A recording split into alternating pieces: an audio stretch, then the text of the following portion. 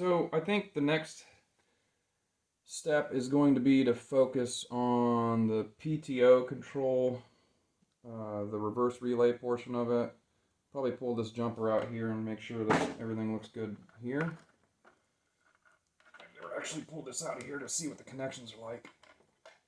I know it's just a jumper, it's not a switch or a relay, but still, it could be crusty. Man. Yeah, there's probably a reason I haven't pulled it out of there. Let's just take a look.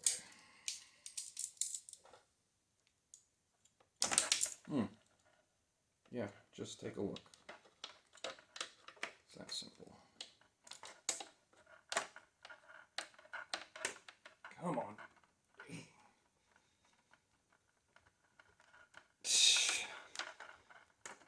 Man. That bugger was in there. What do we have? Rusty. Yeah, that's why it was so hard to pull apart. Figures.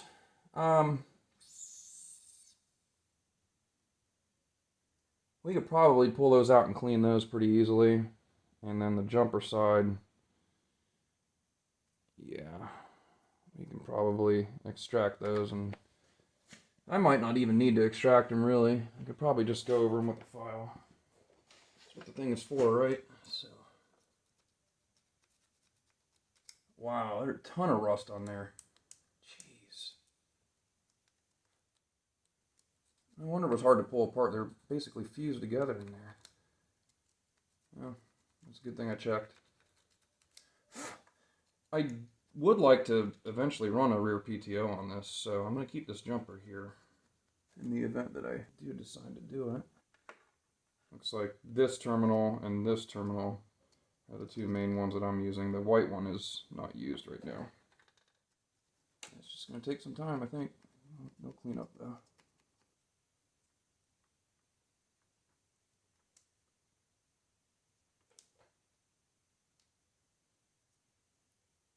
This wire's actually gotten pretty warm too. The insulation's not very flexible anymore. Definitely been sending some current through it. So we'll clean this up and then we'll come back to it. And then we'll work on this guy right here. Put in the new relay and the new wiring. So we've taken the terminals out. I decided that it was going to be better that way. For the PTO jumper, I got these cleaned up real nice. These are actually in pretty good shape. The female sides were pretty good. The male sides had a bunch of corrosion and had a difficult time getting it off with the connectors, with the connector populated. So these are pretty simple. They're just spring-loaded basically on this tab here. So you just squeeze the tab, pull the wire through. So we're ready to repopulate that jumper and that one there, and then we'll start getting a little further into the PTO wiring repair, and we'll work with the new relay. We'll get there.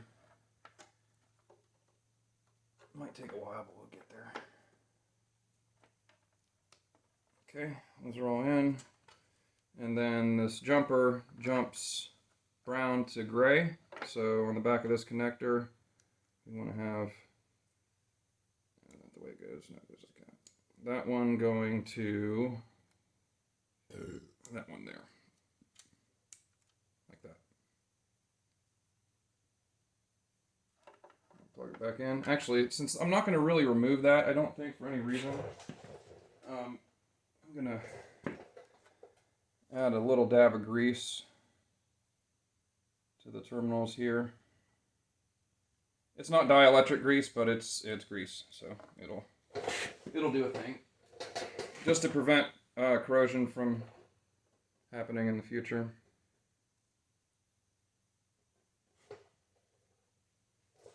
Them being a little dirty from the grease picking up some of the debris is better than them corroding. Oh wow, that's much nicer than it was before. Much nicer. Okay, we're good on that. Let's just shove that out of the way. The next piece of this is going to be working on this guy here. So just for fun, yeah, fun. Let's pull out these terminals and see what they look like. You know what? I'm not even messing with it. They're just gonna get cut out of there. I'm not that curious. Bye-bye.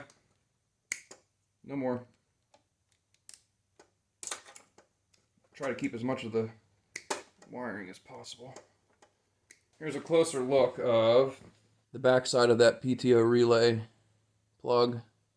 So anyway, they're crusty, they're bad, and I'm not messing with anything that I can fix right now. I'm just gonna fix. There's no reason to not fix this. This is actually one of the primary things I wanted to fix to begin with. And then I started looking at everything, and it spirals. So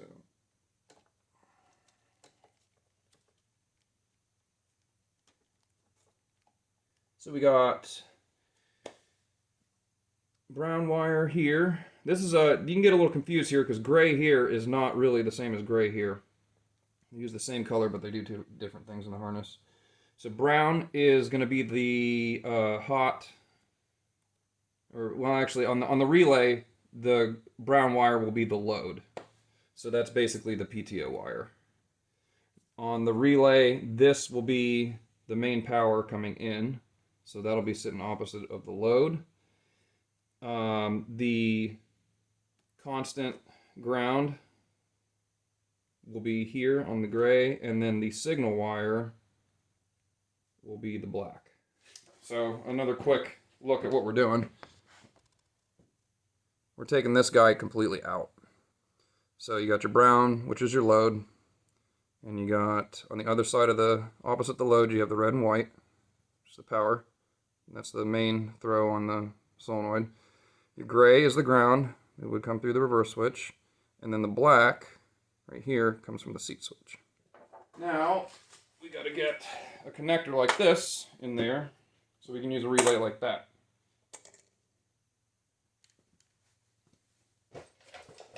And that is replacing this guy here with that crappy connector I just showed you. So, no more. Alright, so on this style relay, we have 87 and 30 are going to be, let's see, 87 and 30 are going to be, this one here is 87, so the top one, man, come on, focus! Anyway, in this housing, the relay has the terminals labeled, so all we got to figure out is which wire goes where. So here's the plug, and on the plug, 87 and 30 would be here. It's 87, and there's 30. So 30 is going to be our load. So the bottom one here is the load. The top one here is going to be the power. And then we've got a signal for the coil on the opposite sides here. And then this center one here is a normally closed connection. So if we look at the schematic here, 87A is normally closed. So typically, and most relays have this configuration, if you're looking like an automotive style relay. So what we want to do is connect 30 and 87 to the tractor, and then we want to connect 85 and 86 to the tractor. We're not going to worry about 87A. 87A, if you look at the connector in here, is the middle terminal. It's right there in the middle. So you can see 30 is on the bottom, 86 is on the left, 85 is on the right, and the top one is, well, it's process of elimination. If you can't see it, then that's got to be 87. So the center one we're not using. We can just loop it up out of the way for now. I might just cut it, I don't know. We'll just keep it out of the way for now. Yeah, let's get a piece of electrical tape. Just to make sure we don't confuse ourselves. I think this bright, shiny red one would be one you'd connect to. Not for us. We are running the normally open.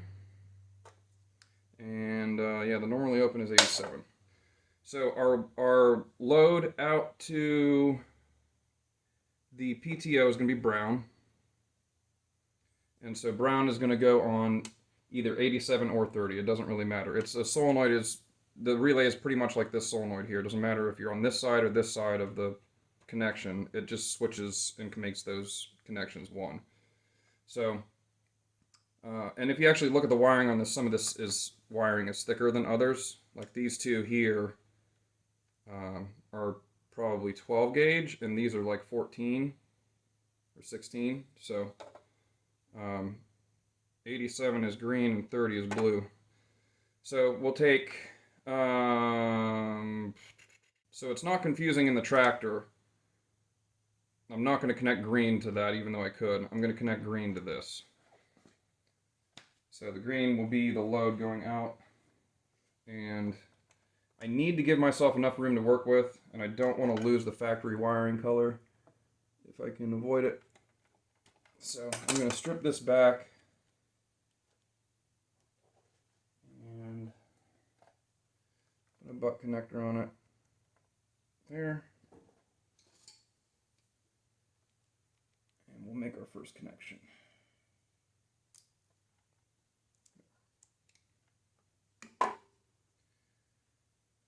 Yeah, I was saying I don't want to connect green to red because that's kind of confusing for the way the natural color coding is in the tractor. So blue will go to red, which is also confusing, but less confusing than green to red because green is ground on this tractor. So, okay. We got some nice tinned wire on this. This is actually a pretty decent relay. And the nice thing is that it's waterproof. It might be IP67, I don't know. It's at least IP65 or so. And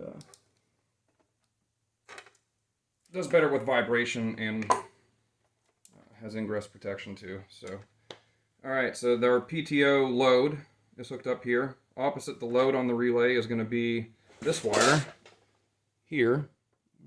What you've got here is opposite the relay's load is going to be the main power input. So that's going to go to red. Ooh, we got two wires to work with there. That'll be fun.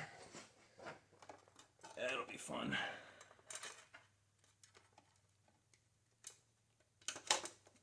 I'll give them as much. Oh, they're crusty too. On top of that, I gotta cut these back a little bit. That looks pretty clean. I think we can roll with that. Yeah. So we'll connect this side first because it's gonna be the hard one to get to.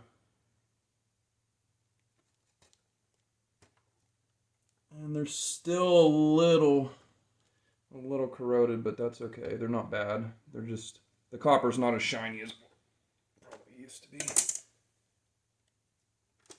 And since we're doubling them up, I'm going to strip back a little extra insulation on one of them so it can kind of wrap around the other one and get up into the connector. Right.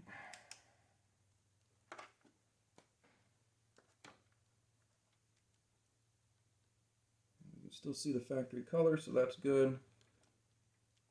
Shove it on there real good. Right. Just gonna crimp.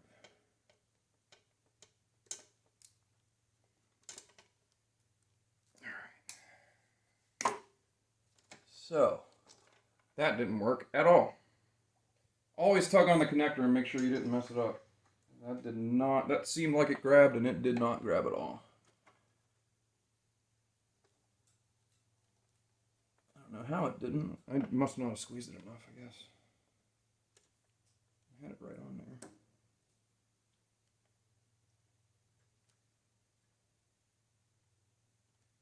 All right, give it a little bit more snap on it. There. I don't like to squeeze them too hard because you can, even on a that's good. Even on an insulated, even on pliers that have, you know, an insulated crimper, you crimp real hard, you can smash that heat shrink. Or just split the wire, I mean, either way. Okay, so opposite of the load, we have the main power coming in right here. And this is going to supply battery voltage out to our PTO.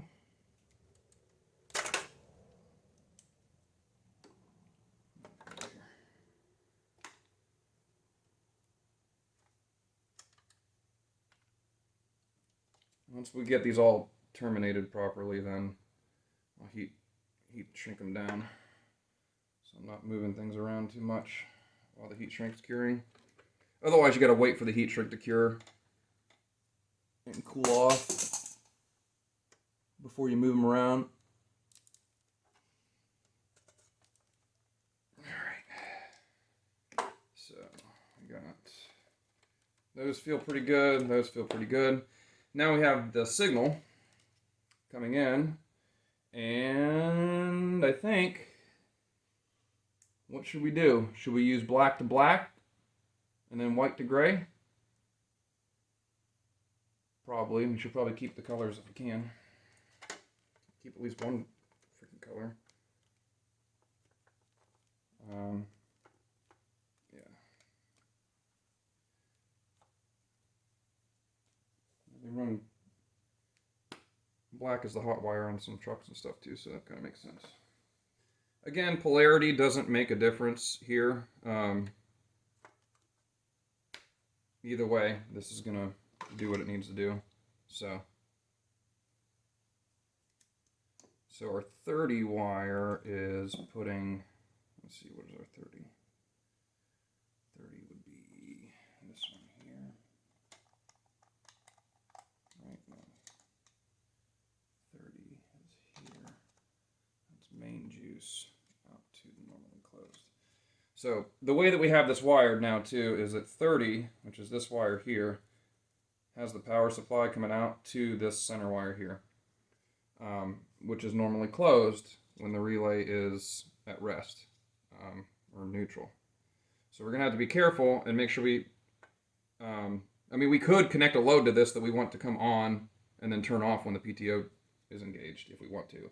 But we got to make sure for now, since nothing's connected to it, that it doesn't arc to, it doesn't have a chance to touch ground, because we do have power connected to that. If you look at the relay, we have 30, which is the blue wire, connected inside the relay to 87A, which is the red wire. And then 87 is our load. It's not connected to anything at rest, but this one is.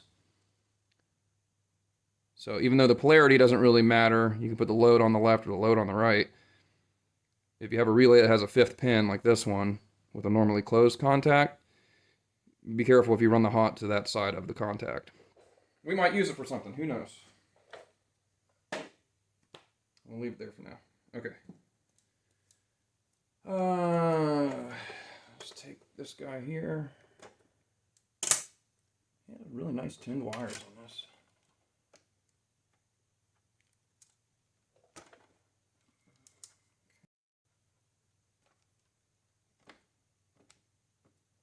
I think we can get away with the blue guys here. Yeah.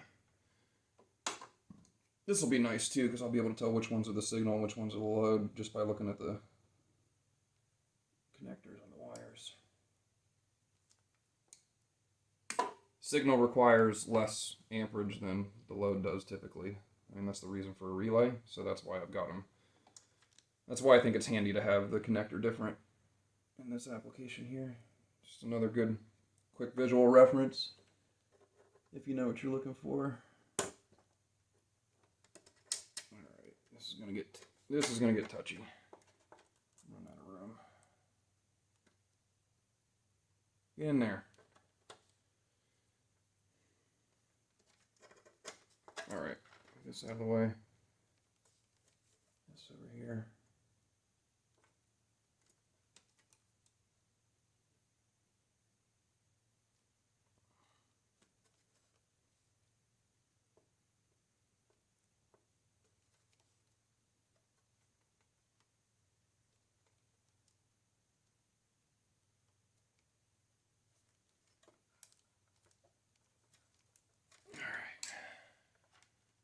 Feel pretty good. Yep. I think what I'll probably do is actually run some heat shrink over this guy in case we decide to use it. And then we got white to gray.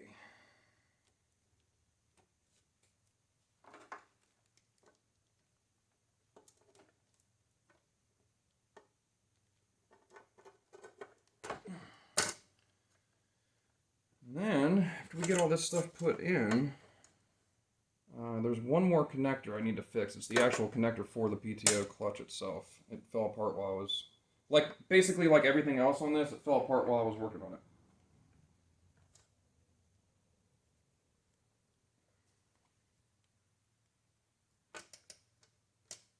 Despite not being the oldest tractor that I've got, the wiring on this one is just in terrible shape.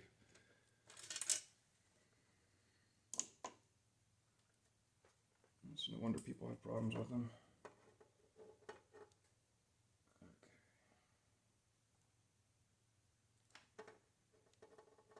Okay. Almost there. Okay. Yeah, we'll get these all hooked up. Before I heat shrink, I probably want to test it, make sure everything works. I guess it doesn't matter either way. Yep, that's going to be another fun one. I figured.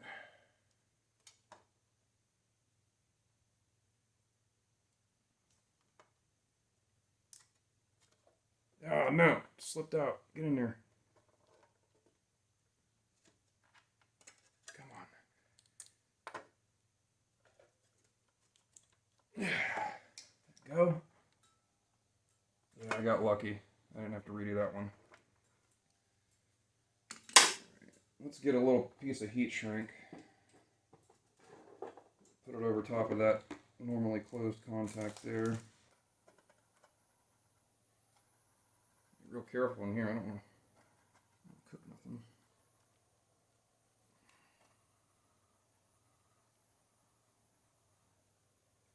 You good? Right? Be fine. Okay. That'll be okay for now. Until we get things moving along here. Where is this happy? Kinda maybe there. I'll just need to know. I just need to know that it works. I changed a bunch of different things all at once, so general idea is we're gonna have it mounted over here somewhere. Either we run up the harness that way, like that. I don't really know. Doesn't need to be grounded or anything. It just needs to kind of sit there. So no big deal.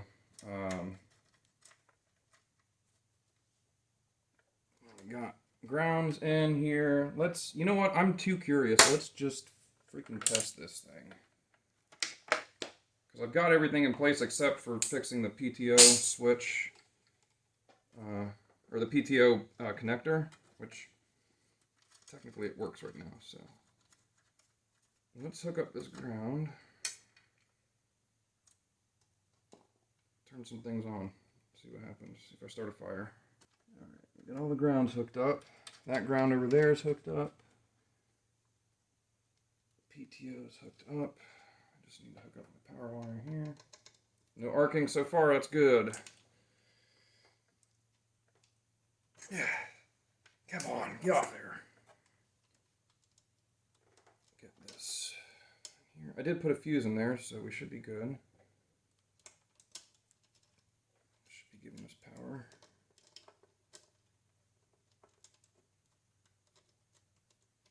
To everything we need.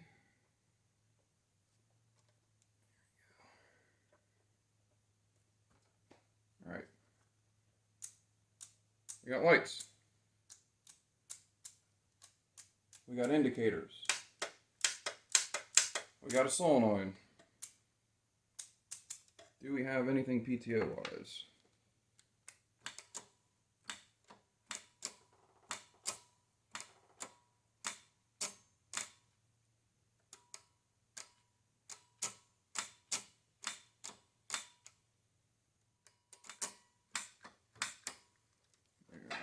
a very good signal through there. I'll do a little diagnosis and we'll come back.